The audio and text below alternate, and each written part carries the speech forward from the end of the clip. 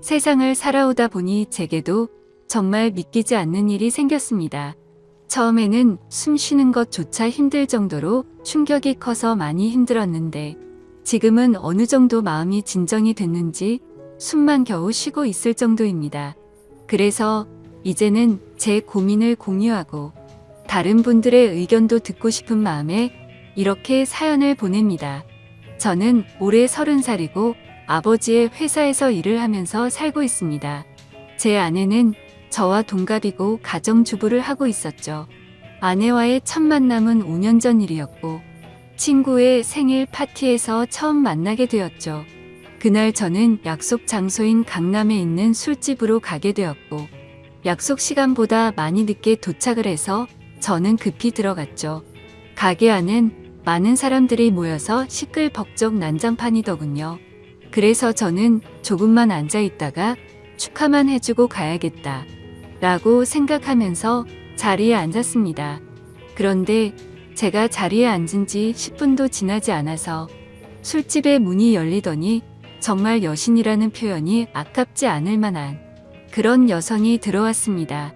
누가 봐도 바로 알 수 있는 명품 백에다가 고급스러운 복장이 기티가 많이 흐르더라고요. 그래서였는지 그때 그 시끄러운 와중에도 몇몇 남자들은 저처럼 조용히 쳐다보고 있다라는 걸 느낄 정도였죠. 그때 저는 바로 그 생각이 들었습니다. 그때 당시에 그 술집에는 저희 테이블 외에도 다른 손님들이 앉은 테이블이 많았었기에 저는 속으로 제 친구의 생일 파티에 온 사람이면 좋겠다라는 생각을 했습니다. 그런데 제 바람은 현실이 되어주었고 그 여성은 제 친구에게 가볍게 인사를 하더니 제 앞쪽으로 와서 앉더라고요. 저는 낯선 사람들이 많은 자리는 별로 좋아하지 않는 성격이어서 처음에는 조금만 있다가 얼굴만 비추고 바로 가려고 했었습니다.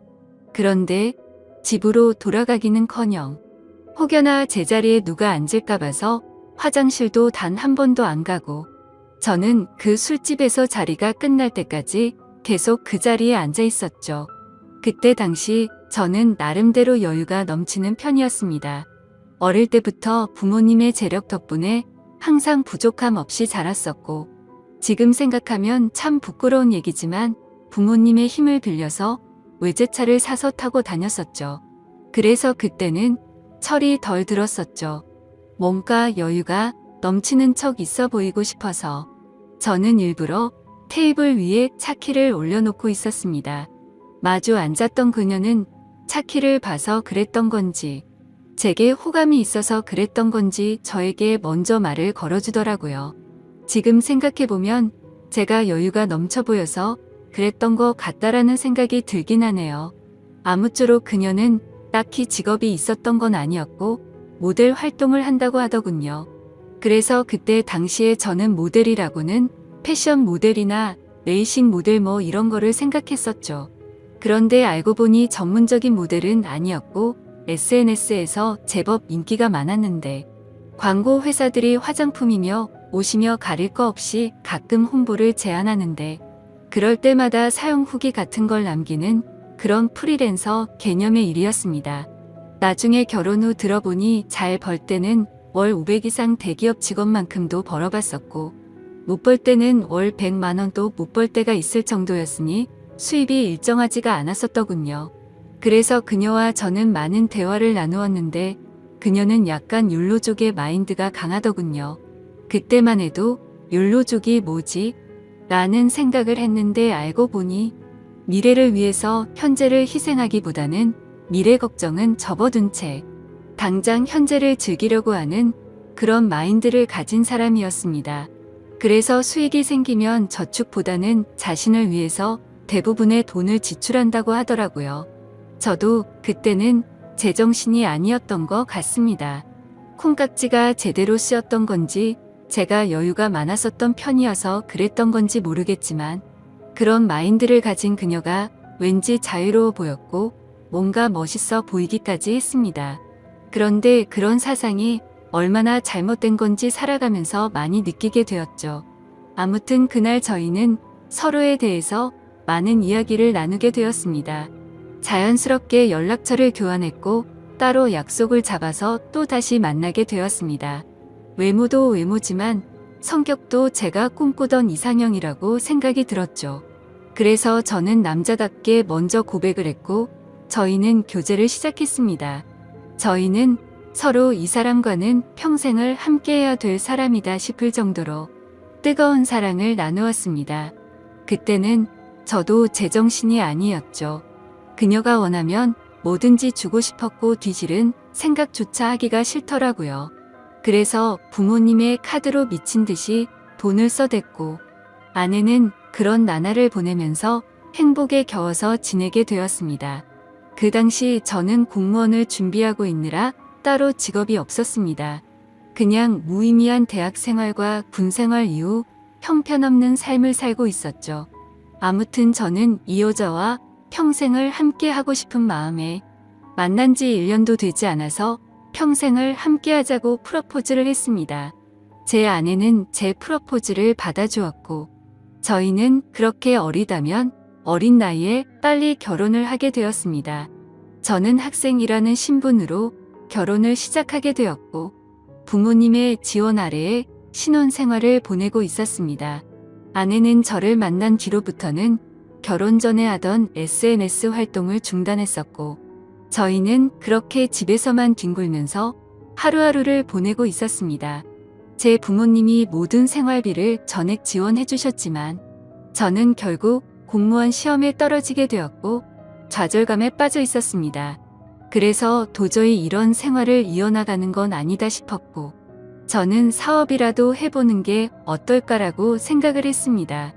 그때는 왜 그랬는지 모르겠지만 제 스스로 멍청하게도 자존감이 너무나 강했습니다. 그냥 제가 뭘 시작하면 언제든지 돈은 쉽게 따라올 거라고 착각 속에 살았던 거죠. 그래서 지인들 몇 명과 함께 사업을 구상하기 시작했고 부모님께 부탁을 드려서 저는 사업을 시작하게 되었습니다. 처음에는 생각보다도 훨씬 잘 되었습니다. 동업을 하게 된 지인들과 저는 열심히 발벗고 뛰었습니다. 그래서 이대로만 간다면 아버지를 넘어서서 훨씬 더 성공할 수 있겠구나 싶었죠. 그런데 그런 달콤한 꿈도 잠시였습니다.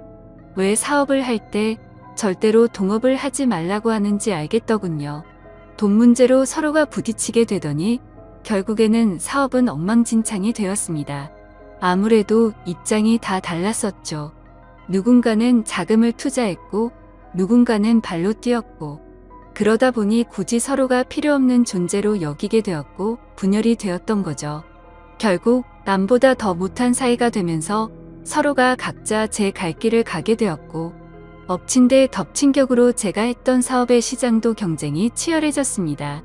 어떻게든 버티고 또 버텨봤지만 앞으로의 전망이 없다고 판단되어서 결국에는 사업을 포기하고 또다시 백수의 길을 걷게 되었습니다. 그때부터는 점점 부모님 뵙기도 부끄러웠고 제 자신에 대한 자존감이 낮아질 대로 낮아졌습니다. 저는 신경이 날카로워졌고 그런 저를 걱정해 주시는 부모님과도 큰 싸움을 하게 되었습니다. 무슨 자신감인지 다 필요 없으니까 저한테 연락을 하지 말라고 하면서 부모님과 연락도 끊게 된 거죠. 부모님도 그때는 지칠 대로 지치셨는지 완강하셨습니다.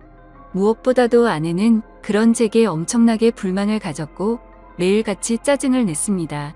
지금 당장 우리 둘 다 수입이 없는데 그렇게 싸우면 우리 생활을 어떻게 하느냐고 말이죠.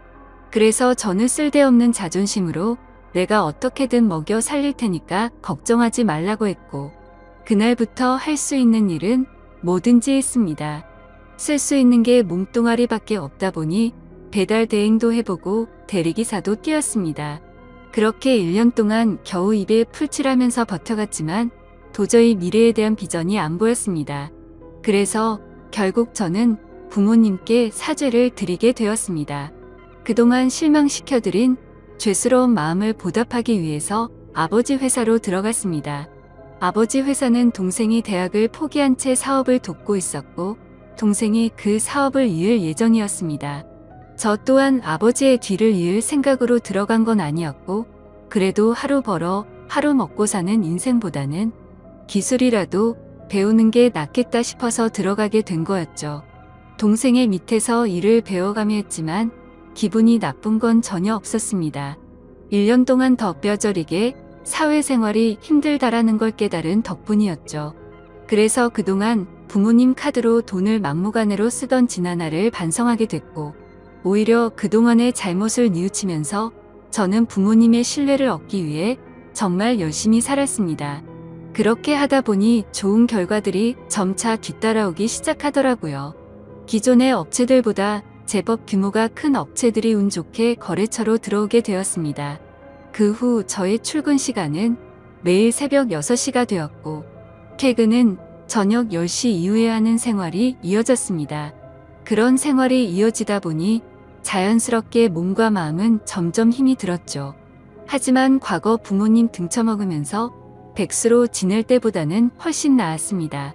항상 떳떳하지 못했던 제 자신이 이제서야 사람 취급받을 수 있겠구나 싶었고, 제 스스로를 안도하면서 힘을 내고 있었죠.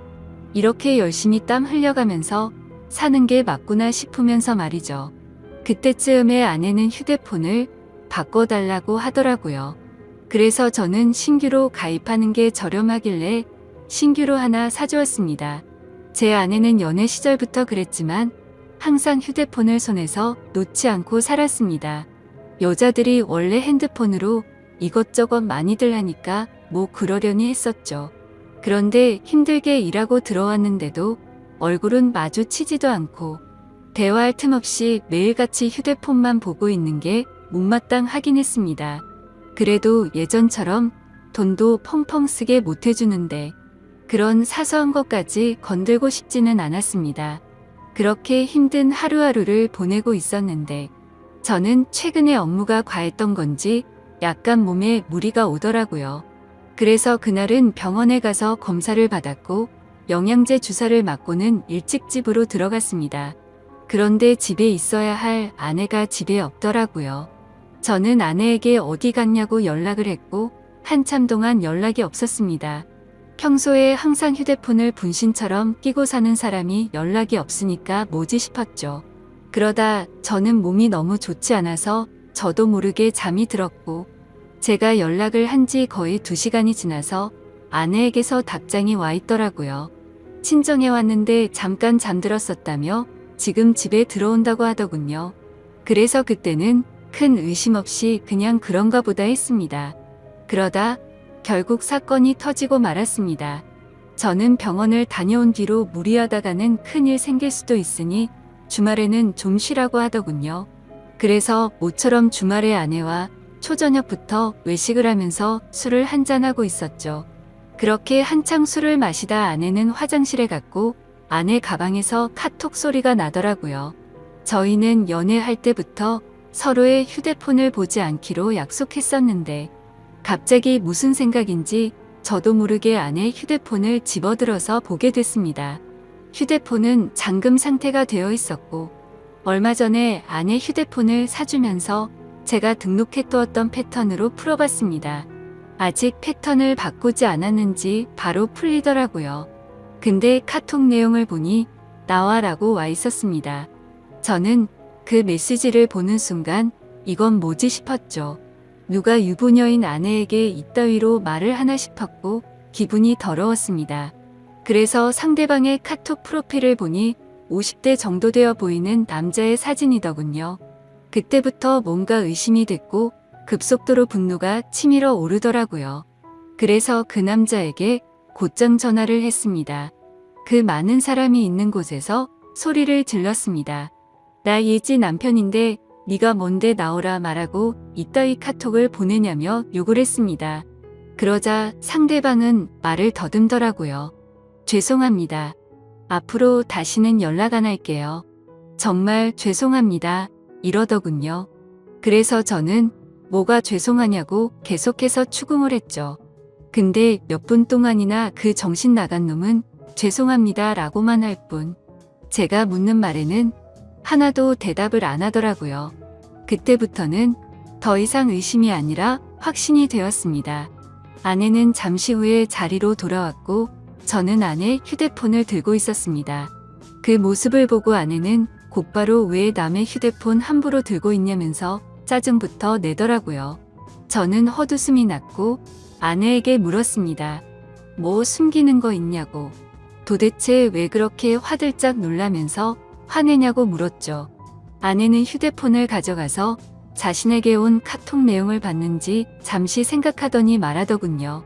설마 오해하는 건 아니지? 라며 예전에 광고 의뢰하셨었던 사장님인데 연락이 온 거라고 하더라고요. 그래서 저는 너는 아는 사람한테 문자를 그따위로 보내는 사람 봤냐고 물었습니다. 그러자 아내는 그러게. 이 사람 제정신이 아닌가 본데? 라며 시치미를 떼더군요. 저는 말했습니다. 내가 이미 그 사람한테 전화했고 그 사람이 다 인정하고 사과까지 했는데 끝까지 거짓말하려고 하냐고 말했습니다. 외도를 했다고 듣지는 않았지만 일부러 아내를 떠보려고 그렇게 말해봤습니다. 그러자 아내는 통화 내역을 확인하더니 조용히 있다가 미안하다고 하더라고요.